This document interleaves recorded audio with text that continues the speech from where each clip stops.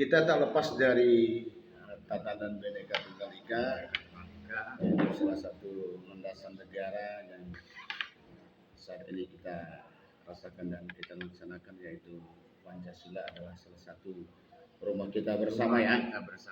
Nah, tapi di dalam negara kita banyak suku, bangsa, ras, dan agama. Artinya kalau di Kalimantan Barat ada salam kearifan lokal kita yang telah di-PDS-kan oleh Bapak Gubernur Kalimantan Barat di zaman Cornelis, yaitu salam Dayak. Artinya adil gak tarino, bacuramin gak saruga, basengat gak subata. Ini bahasa salam suku Dayak buat NKRI. Lalu di Sunda itu ada sampul ya, sampurasun itu Sunda. Kalau di Jawa itu apa? Atur nuhun ya. Ya itu sama ya, itu di Jawa. Kalau di Bali itu Om, Santi, Om. Kalau di Sumatera itu Namo Buddhaya ya. Salam kebajikan, Assalamualaikum, ya kan, ini buat umat kita Islam. Terus kalau Kristen itu Salam Santi. Nah, terus salam sejahtera juga itu Kristen Katolik. Nah, Mang, hari ini kita salah satu pengurus sudah. Nah, hari ini kita pada tanggal 24 Desember di 2021 di penghujung tahun, di mana besok umat Kristiani melaksanakan hari Natal ya, menyambut hari kedatangan ya, hari Natal yang bersama ya, hari besar buat umat Kristiani di seluruh dunia. Nah, kebetulan kita ini adalah rumah Pancasila. Apa yang akan mengucapkan kepada umat Kristiani di seluruh dunia, khususnya di Indonesia, di Kalimantan Barat, bahkan lebih luasnya khususnya juga di Bongkayang buat kawan-kawan ya, untuk buruh dan bangsa kita.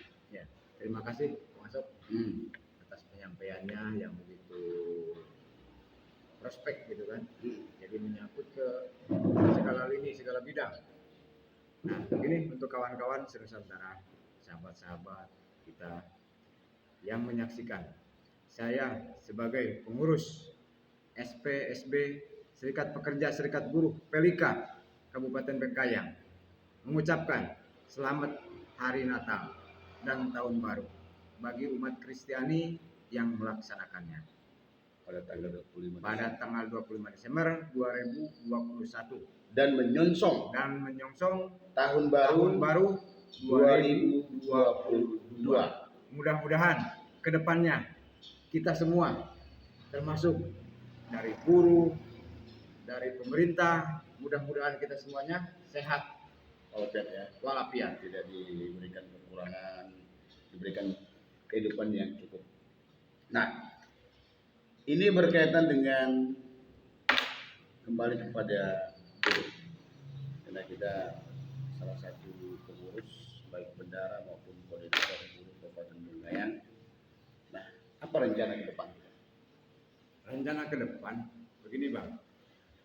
Jadi masalah buruh ini memang masih rentan dan masih kurangnya perhatian pemerintah terhadap buruh. Maksudnya apa? Kurang dan masih lemahnya perlindungan hukum. Jadi salah satunya ini termasuk di Kabupaten Bengkayang. Jadi untuk pelayanan terhadap buruh masih lemah. Dari sisi apa kira-kira lemah? Dari masalah hukum, jaminan hukum. Jadi di sini gini, ada salah satu perusahaan yang ibaratnya masih dibiarkan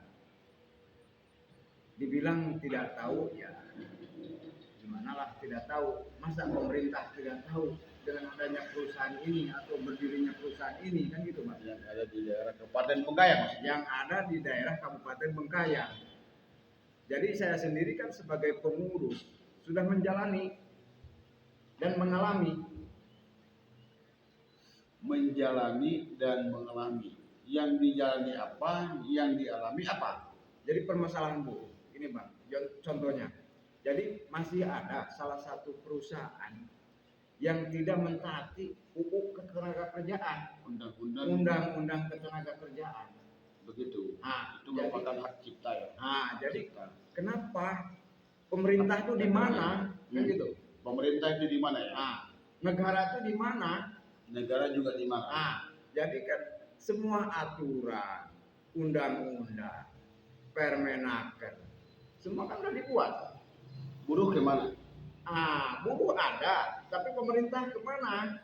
Pemerintah mungkin lupa. Disinilah perlunya satu, saya sebagai pengurus buruh meminta kepada pemerintah, tolonglah diperhatikan. Jaminan hukumnya nih, buruhnya ada, jaminan hukumnya, minta betul-betul.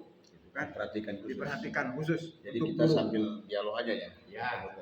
Nanti pemerintah harus menjamin tenaga buruh dari sisi hukum dan jaminan hukum. Selama ini mungkin pemerintah lupa, tetapi kita sebagai buruh tentu mengingatkan pemerintah. Ya. Nah itu pesan Mamang ya, pesan pengurus SP Pelika di Kabupaten Bengkayang. Artinya mohon keseriusan dari pihak pemerintah untuk menangani buruh yang ada di daerah Kabupaten Bengkayang. Soalnya kan pemerintah ini dari mulai pemerintah atas, dari Bapak Presiden, kementerian kan, Kementerian Ketenagakerjaan, Gubernur, Wali Kota, Bupati, udah lengkap semua. Oke Bang, saya karena rumah kita adalah rumah Pancasila.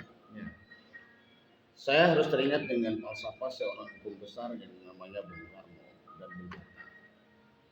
Ada 3 hal yang masih saya ingat sebagai salah satu motivator atau ingatan atau sejarah ya. Boleh dikatakan filsafah juga boleh, filosofi juga boleh. Nah itu Surya Negara, Jati Negara, dan Tata Negara. Nah Surya Negara ini sebagai anak bangsa menjadi cahaya ya, sebagai terang untuk menerangi siapapun yang ada di dunia ini, apalagi di Indonesia. Jadilah menjadi sinar matahari yang menerangi semua kita, agar kita semua adalah terang. Anggaplah sebagai pelita kehidupan.